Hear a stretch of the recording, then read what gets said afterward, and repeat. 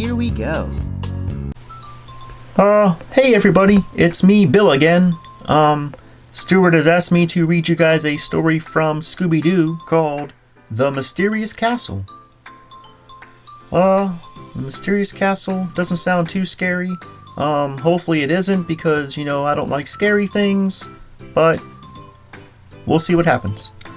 Okay, well, here we go. Let's see what happens in this story today. Late one night, the Mystery Machine bumped along a dark, empty road. Suddenly, the van made a loud rumbling noise and stopped moving. "Ruh-roh," said Scooby. Fred got out and checked under the hood. "Engine trouble," he told the gang. "We have to call a tow truck."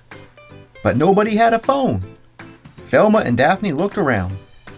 "Look," Scooby cried. He pointed down the road at a bright light. "I hope it's a house," Velma said, "so we can use the phone." "And the fridge," Shaggy added, patting his rumbling stomach. The gang rushed toward the light. As they got closer, Velma realized something. "Jinkies," she cried. "It's not a house, it's a castle." I don't know about all that. I wouldn't be going to no castles. Usually they're pretty spooky.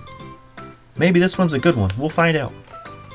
The gang made it to the castle and crossed the open drawbridge. They went inside and found themselves in a large empty room where a chandelier swung back and forth.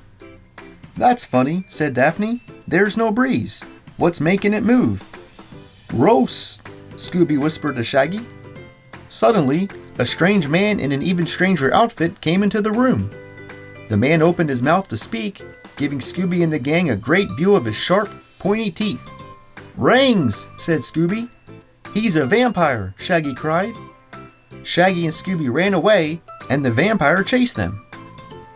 "Since we're running, let's run to the kitchen," Shaggy said. "Oh man, vampire, I knew it. This place is spooky. They better get out of there." In the kitchen, they saw a woman wearing a pointy black hat. She stirred a giant cauldron that bubbled over a fire. "A witch!" Shaggy cried.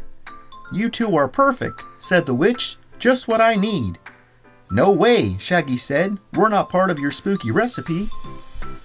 For the first time ever, the kitchen was not where Scooby and Shaggy wanted to be. Vampires, witches, yep, I would be getting out of there ASAP right now. I'd be gone. Bye. Shaggy and Scooby raced away. The vampire and the witch chased them, yelling for the pair to stop. "No way, man," Shaggy shouted back at them. "There isn't a sandwich delicious enough to make us hang out with you two." They all ran down a flight of stairs to a dark dungeon. Shaggy and Scooby backed into a shadowy corner, hoping to hide from the witch and the vampire. Suddenly, a mummy leapt out at them. "Zoinks! We've got to get out of here, Scoob!" Shaggy shouted. Shaggy and Scooby raced back up the stairs, with the mummy joining the chase. "Let's find Velma, Fred, and Daphne. Then we'll get out of here," Shaggy said. "Great, now there's mummies there too? Oh man, what are they doing?" After running down a twisty hallway, Shaggy and Scooby finally lost their monster followers. The hall ended at a door, and they flung it open to a balcony that looked down onto a big room. Below them, Shaggy and Scooby saw their friends, surrounded by monsters. A knight stood over them, his sword held high. "We've got to help them," Shaggy said. "What should we do?" "Rump!" Scooby exclaimed. Shaggy and Scooby jumped from the balcony and grabbed the chandelier. They swung across the room. Oh man, they better be careful. And dropped to the floor, right on top of the knight. "My sword!" the knight cried. "Grab it, Fred!" Shaggy shouted. Fred scooped it up, but then he gave it back to the knight. Scooby couldn't believe it. He hid his eyes, afraid to look. "Relax," Fred said. "The knight is going to cut the cake." "Cake?" Shaggy and Scooby looked around the room and saw decorations, games, and a party cake. "It's a costume party," Velma said. "But what about the ghostly chandelier?" Shaggy asked. "I was pulling a string to move the chandelier into place," the vampire said. "And the witch's potion?" Shaggy continued. "Punch," said the witch. "I wanted you to try it." "Huh, a costume party. They tricked me." "But you chased us," Shaggy said. "Sure, to invite you to the party," the vampire said.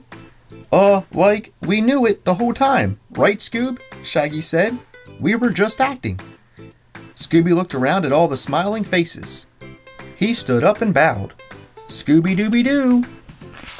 The knight walked over to a tapestry on the wall and pulled it back to reveal a phone. Would you like to make your call now? The knight asked.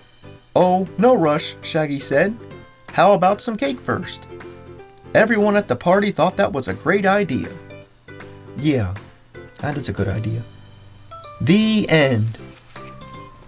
Wow, that took a couple turns. I didn't know what was going on there. Monsters and vampires and mummies and witches chasing after Scooby and Shaggy. I would have been running too. But it turns out it was a costume party. And there was cake. Huh. I guess don't judge a book by its cover, huh? Alright, well, I'm glad it all worked out. Thanks for watching, and be sure to check out Stuart's other videos. See you next time.